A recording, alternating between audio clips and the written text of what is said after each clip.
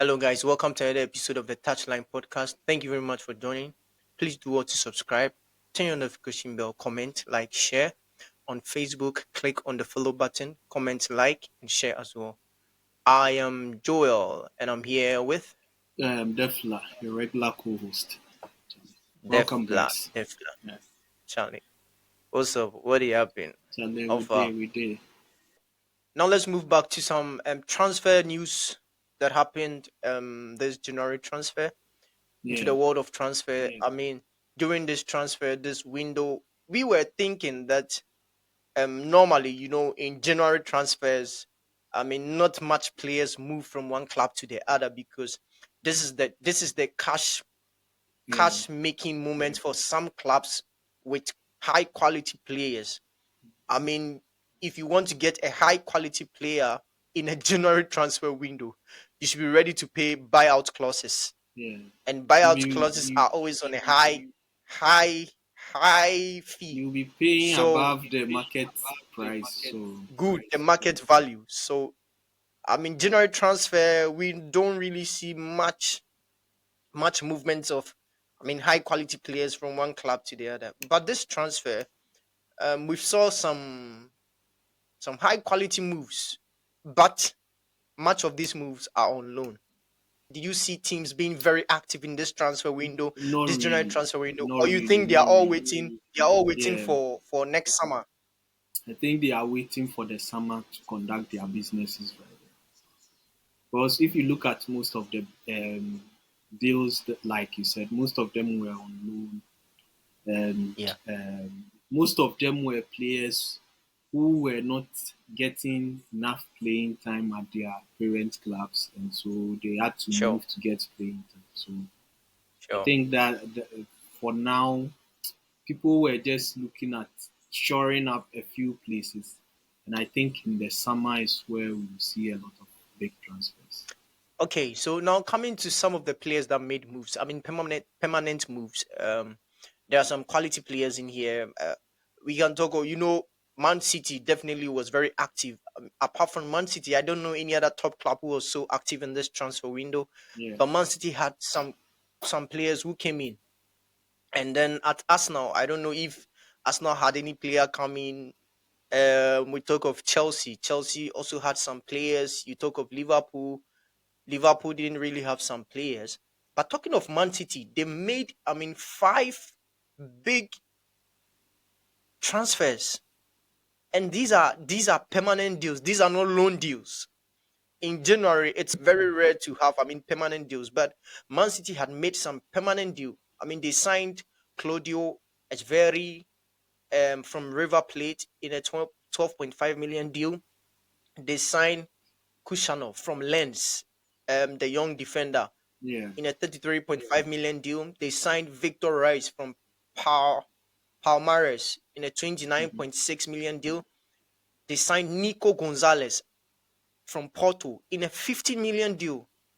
And yeah. then the talk of the conversation, they signed Omar Mamouche from Our guy. Eintracht Frankfurt in a deal of 59 million. Uh, what made City, I mean, so active in this January transfer? Are they fight? Uh, What are they fighting for? Do I they think do they if you need these look at players for this season? Do they need if them purposely for yes, this season, or yes. they are planning for next season? I think for the defenders, they are looking ahead. They are planning ahead for them. But if you look at the midfielder and the attacker they signed, they are looking for instant results. Because if you look at City's midfield and attack, you could see like for especially in the attack, if Haaland is not there, there is no one. So they needed Sure, to get somebody to help him. And in their midfield too, you can see their midfielders are getting older, and without sure. The energy is Rodrigo, down. The energy, yeah, the energy level is their not there. midfield is easily overrun. So I think that's why they made those transfers, and they are looking to push for the top four to get the Champions League Okay. spot. So I think that's the main reason why they splashed the cash this January. And as you said, I mean, they bought. they improved on the defense. They bought in midfield and then they bought in attack. So yeah, and the defense is for the future. The yeah, midfield is instant impact, and the yeah. attack is instant impact. Instant. Yeah, Looking at Omar Mamouche, I mean, yeah, we expect him to play a key role in attack. yeah, yeah. Uh, do you think he can make that impact within this Yes, period of the season that he's been yes, yes. at Man City? Are you expecting some goals, some assist? I mean, deciding games. Do you see him doing that? Yeah. So since he came, Because I there was a think lot he of has talk played about two him games. Yeah, he has played two games against and to be fair to him Chelsea. against top teams. Yeah, So against yeah, two of the best teams in the Premier League, and against Chelsea, he played very well. I think he was one of the best players on the pitch. Even against Arsenal, he played very well. I feel like he made a lot of runs which the midfielders weren't able to find him. And if they were able to find him, hmm he would have done a lot with it. Even with that being said, I think in the game, especially in the first half, if you look at his movement and his touches, he was able to drive with the ball. I think he caused a yellow card for one of the Arsenal players also. yeah, Yes, yeah, he was good. He was good, but I think the matches were very tough. So you get to mm, see his quality more now that the more the less tougher games are coming up. But I think yeah. their next match, Premier League match, or their next two Premier League matches, they are playing Liverpool as well, which is not easy. So yeah, he I'm has sorry. come in at a I'm, very tough I'm time sorry. for Yeah, I mean, all the matches that he's played so far, they are very top matches. You yeah, you just came, you played against Chelsea. The next match you are playing against Arsenal. The next game you are playing against Liverpool. That's quite unfortunate for him. yeah. Yeah. All right. And then the other guy, the Gonzalez. I don't know much about him. Do you know anything about Gonzalez, I haven't the Porto watched guy? I haven't watched much of him. I haven't been following much, but from the few things I've read and few highlights I've watched about him, he's tidy on the ball. He's able to keep the game ticking, and I think he will bring a fresh energy which the City midfield lacks. So I Yeah. think it Yeah. will help their Sure. midfield because their Sure. midfielders are getting old and they mostly get overrun in midfield recently. So I think with that he will help their midfield. Now, why do you buy players when you know these top quality players cannot be important or wouldn't be necessary or wouldn't be useful for your project? How do you buy Chow Felix on this huge fee, almost 60 million pounds, and then you are shipping him out just after a first half of the season? You are shipping him out. I don't know, Was it but necessary? Was it necessary to buy him? Was it what? honestly, for Was it me, a it necessity? wasn't necessary because his first Because I stint don't get at it. Chelsea, he didn't really impress. He didn't really impress. So I was surprised they went back to pay for him permanently to come back to Chelsea.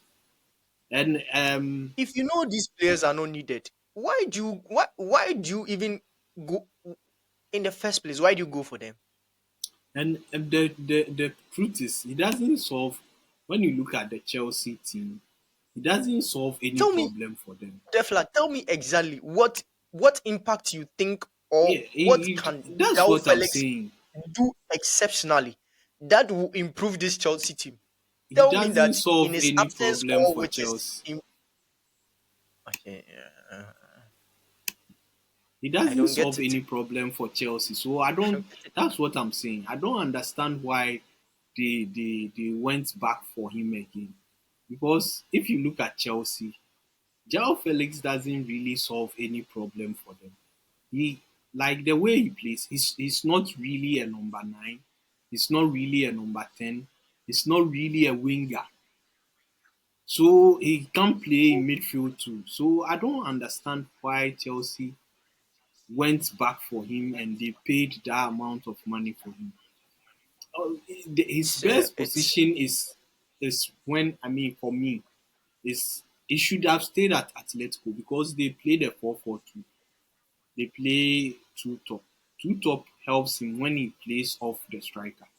But if you say he Okay. should be a number 10, he's not really that Alone. creative. He can't give those incisive passes, those true passes, and those kind of things. And when you play him as a winger, he doesn't have the athleticism to go up and down the field. So I don't understand why Chelsea went and paid that amount for him. Honestly. But Personally, I hope he yeah, does well yeah. at Milan because in the first match he scored. So let's see how he does. Oh, he scored. Yeah, Nice one for him. Personally, I can't really tell the kind of player he is because anytime he gets the ball, I mean, his touches are good. He's skillful. Um, so when you're a skillful player and you have good touches in this modern era of football, I can't really tell where exactly we can place you because if you are skillful and you are technically good, and then you can score goals, then we know where we can place you. But you're a player who doesn't score goals as well. yeah. So I mean, your It's not relevance, yeah, your clinical to. relevance, good. So your relevance wouldn't really be needed or wouldn't really be felt, even though you're a good footballer. And now the game has changed, so you have to add something extra to the kind of player you are. Yeah, And in this league, you don't have those things. Like people are not seeing it. Pe- People are not really feeling the kind of player you are. So if I'm to say something to him, I think he needs to add more things to his game. Or it's better, as you said, he scored a goal. He scored for AC Milan in his first match. Hopefully, he becomes better, and then maybe, probably, he can stay there, or maybe he can come back and then show us what he's got. but I Disasi don't too. see any future for him at Chelsea. Though. I don't see any future. Okay, all right. And then Disasi to Aston Villa. I think he will help them. I think they are having some defensive challenges now. They have a lot of injuries in defense. Plus, they sold Diego Carlos to Fenerbahce. So I think they bought him as a backup for their right hand side defense. Let's see how he does there. Honestly, I don't think if their team, everybody is fit, he gets into their first 11. But let's Okay. see, let's see how he does there. Maybe he does well and he can get a big money move to another club. Yeah. They finally